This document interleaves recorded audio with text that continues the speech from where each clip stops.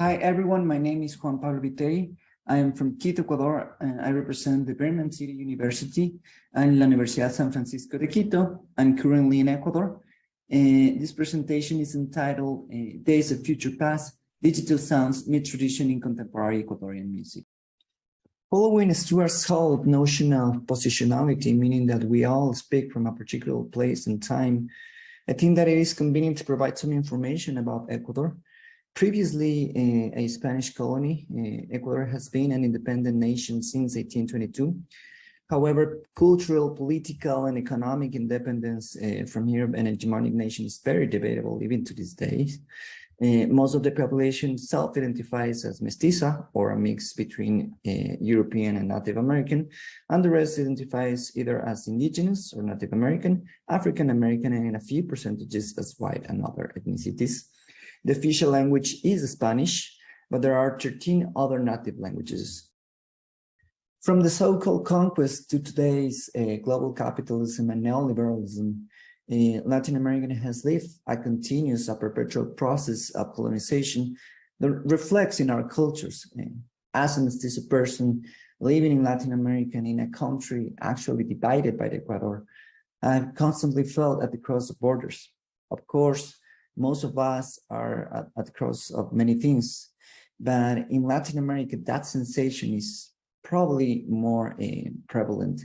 We, in many ways, inhabit places or move between the colonizer and the colonized, the white European and the indigenous and African American. We move from modernity to tradition, from the global to the local, from north to south. One of the most sophisticated and interesting reflections on the mestizo ethos comes from Gloria Anzaldúa, a Chicano writer who asserted, "Because I am mestiza, continually walk out of one culture and into another, because I am in all cultures at the same time." She uses Spanglish. So in between 2, 3, 4 worlds, my head is buzzing with contradictions. I am northed by the voices that speak to me at the same time. La mestiza is a product of the transfer of the cultural and spiritual values of one group to another. Like others having or living in more than one culture, we get multiple, often opposing messages. The coming together of two self-consistent but habitually incompatible frames of references causes un choque cultural, a cultural collision. She explains, and Saldúa explains in other words, lo mestizo as a contradiction, a paradox, a mix, a complex being, self-denying but resilient. More recent approaches to mestizaje has explained it as a paradox where domination and resistance coexist. For instance, Wade explained mestizaje in Ecuador as a discourse that embraces and celebrates mixed elements of the culture in a context where white mestizo lives have held economic, political, and cultural power, an all-inclusive ideology of exclusion. And on the other hand, Mexican Ecuadorian thinker Bolívar Echeverría explained mestizaje also as a cultural ethos of resistance where indigenous and Afro-American cultures permeate everyday practices in Latin America. My argument is that traditional forms of Ecuadorian music, or as we call them in música nacional or national music, has forever reflected these complexities of mestizaje. On her study of these forms of music, Katie Woon found that there are national music for the white elites and there's another national music for the working class. And she also mentions a tendency from the 1970s, a period where neoliberalism and global capitalism penetrate the region and our nation in a more aggressive way, as a period where foreign styles of music like global pop, rock, and other Latin American styles like salsa and rancheras, cumbia, start displacing national traditional forms of music. More contemporary forms of Ecuadorian music, or as I like to call them, Ecuadorian independent music, have been like reflecting these complexities of mestizaje in other ways.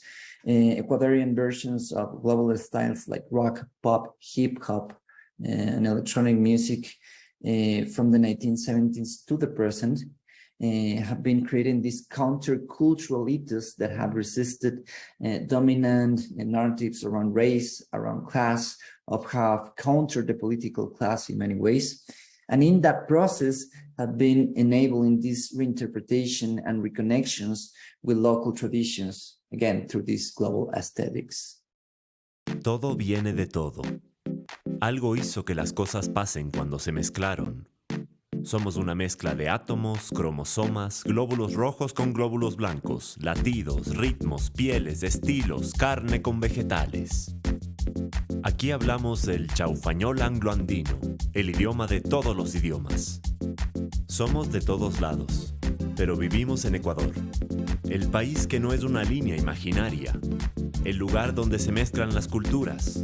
Los Andes con la selva, los volcanes con las Galápagos, el plátano con el queso, el mango con la sal y todo, absolutamente todo con ají.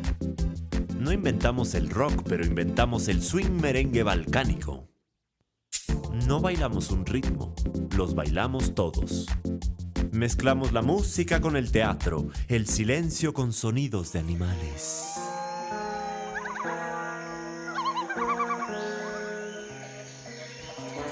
La música popular con música electrónica, somos la banda que mezcla todo. So my case of the study is Ecuadorian digital music, music culture, or music cultures that started emerging on the early 2000s. It's important to mention that until that moment, Ecuadorian independent music was basically rock, and that's what I'm going to show you in the first video. But from then, these forms of rock, heavy metal, hardcore, and punk started coexisting with what I'm going to show you on the second video, just to give you a taste.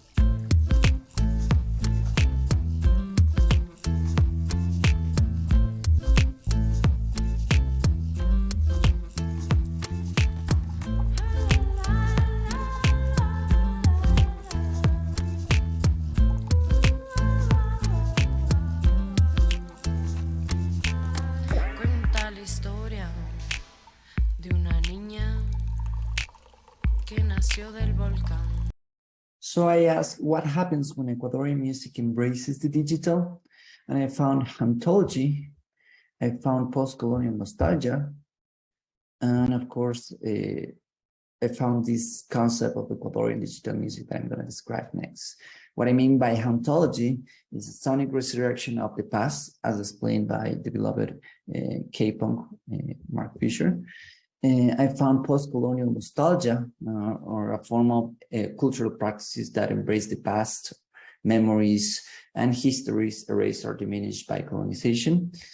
And following those two ideas, I describe Ecuadorian digital music as music that use sampling and the repurposing of outdated technologies, synthetic audio processing, recording and mixing digital technologies as a way or as a method to refuse the linearity of time, or aerolinear time as MacLeod called them, or a sonic coexistence of past, present, and future enabled by digital technologies. Next, I'm going to present to you 4 examples that I think best represent Ecuadorian digital music. that embrace these hauntological practices that perform this post-colonial nostalgia in their performances and their music and in their compositions. The first one is Kishosis. I have a short documentary that explains what he's been doing and what motivates his music and what are his digital processes. El bombo repetido del tecno es una alusión a la memoria colectiva del trance primordial del tambor. Todo viene de eso, todo es así. Esa es la realidad de lo que hacemos en la música. Somos parte del tiempo, la música en sí es tiempo. Entonces estamos manipulando el sonido a través del tiempo, ¿no? La música desaparece al existir, es un proceso y hace unas metamorfosis increíbles y siempre está mutando.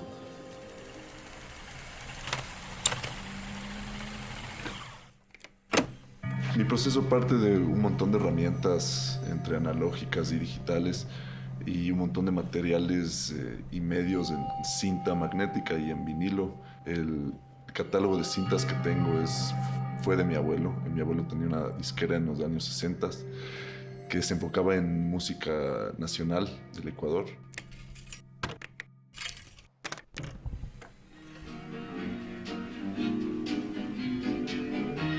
Explorando ese material aprendí un montón sobre la música nacional y también un montón sobre los medios analógicos en general y cómo se pueden utilizar no solo para grabar sonido y guardar sonido, sino para enriquecer el sonido y efectear y crear procesos y efectos muy vivos y muy impredecibles. The next example is a song by Mugre Sur, a hip-hop collective from my city, Quito. Mugre Sur in English would be Dirty South. They talk about being from the south of the city, from the south of the world, from Latin America. That's Mugre Sur. Their lyrics, the rhymes are charged with critiques to conservatism, to the elites, to the political class, and so on. And in this particular song, they use a sample from Enrique Dum, a prominent Ecuadorian poet, reading his own poem, in which he says in a line, "No one knows where my country is. Nadie sabe dónde queda mi país." The poem was written while he was expelled from the country by a dictatorship in the 1960s, and it expresses a shameful feeling for being Ecuadorian, for kind of acknowledging that you come from a very insignificant place to the rest of the world. The interesting thing of the song of Haznos Caso is that while I'm repeating this sample, in a moment, one of these MCs decides to reply to this phrase, to "No one knows where my country is," by saying, "In the south of America, motherfucker. En el sur de América, la chucha de tu madre." So that is the spirit kind of going against these feelings of being less, of understanding being mestizo Latin America or something diminishing. Yo me fui con tu nombre por la tierra. Yo me fui con tu nombre por la tierra, por la tierra, por la tierra, por la tierra.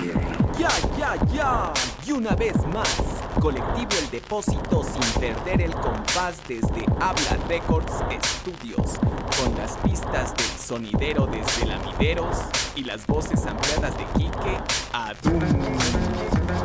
Revélate, haznos caso. Revélate, haznos caso. Revélate, haznos caso. Revélate, haznos caso. Revélate, haznos caso. Revélate, haznos caso. Revélate, haznos caso. Revélate, haznos caso. Revélate, haznos caso. Revélate, haznos caso. Revélate, haznos caso. Revélate, haznos. Nadie sabe en dónde queda mi país. Nadie sabe en dónde queda mi país. Nadie sabe en dónde queda mi país. Nadie sabe en dónde queda mi país. Nadie. En el sur de América, chucha de tu madre. Next example is La Torre. La Torre is a project hard to describe. What La Torre does is reinterpret a moment in Ecuadorian national music from the 1920s, 30s, and probably 40s, which is referred as the golden era of Música Nacional. This music was huge, very orchestral, very spiritual at the same time. And what La Torre does is kind of give it a digital turn, reincorporating this spiritual sense, but in a way that sounds more than human. And the lyrics often speak about being immortal, kind of bringing tradition and taking tradition from the past and make it eternal somehow. Mi vida es cual hoja seca que va rodando en el mundo, que va rodando en el mundo. No tiene ningún consuelo.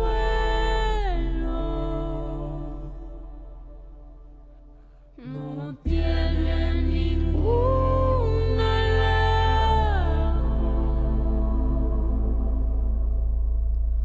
Por eso cuando me quejo mi alma padece cantando.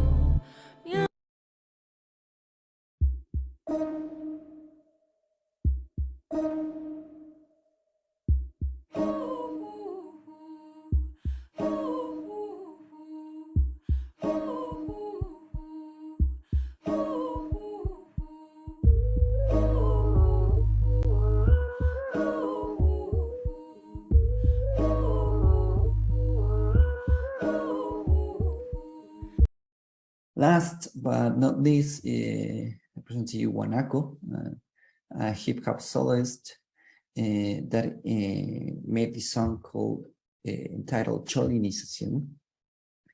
The word cholo, as part of Cholonización, in Ecuador means or is used to refer to a person or to a thing that looks indigenous in a pejorative way. So cholo and colo in colonization sound very similar. So the idea of cholonization is making this hip hop that uses sample techniques, that uses digital processes that kind of make reference to traditional Ecuadorian and Latin American sounds as a way to decolonize the culture.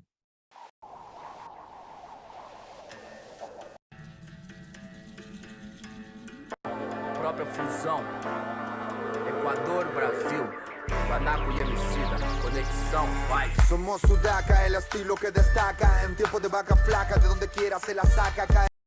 So as conclusions, 3 ideas. I've shown here that digital technologies taken from hip-hop and electronic music have expanded the possibilities for embracing tradition and decolonizing popular music.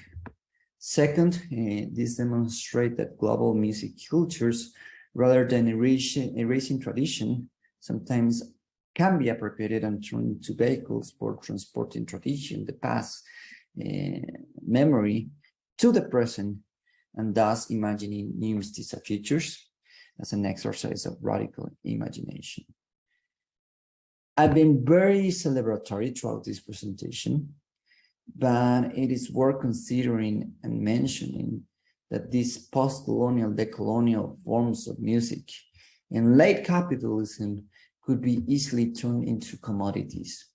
So in that way, all of what I have presented here could be used to use tradition as a commodity, use tradition only the tool to sell music, to sell entertainment. So that critique kind of coexists with these resistance practices.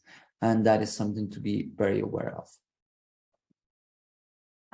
Nonetheless, I'd like to quote Jorge Drexler, a Uruguayan musician, that in a song entitled Movimiento, Movement, says, if you want something to die, make it be still. Si quieres que algo se muera, déjalo quieto.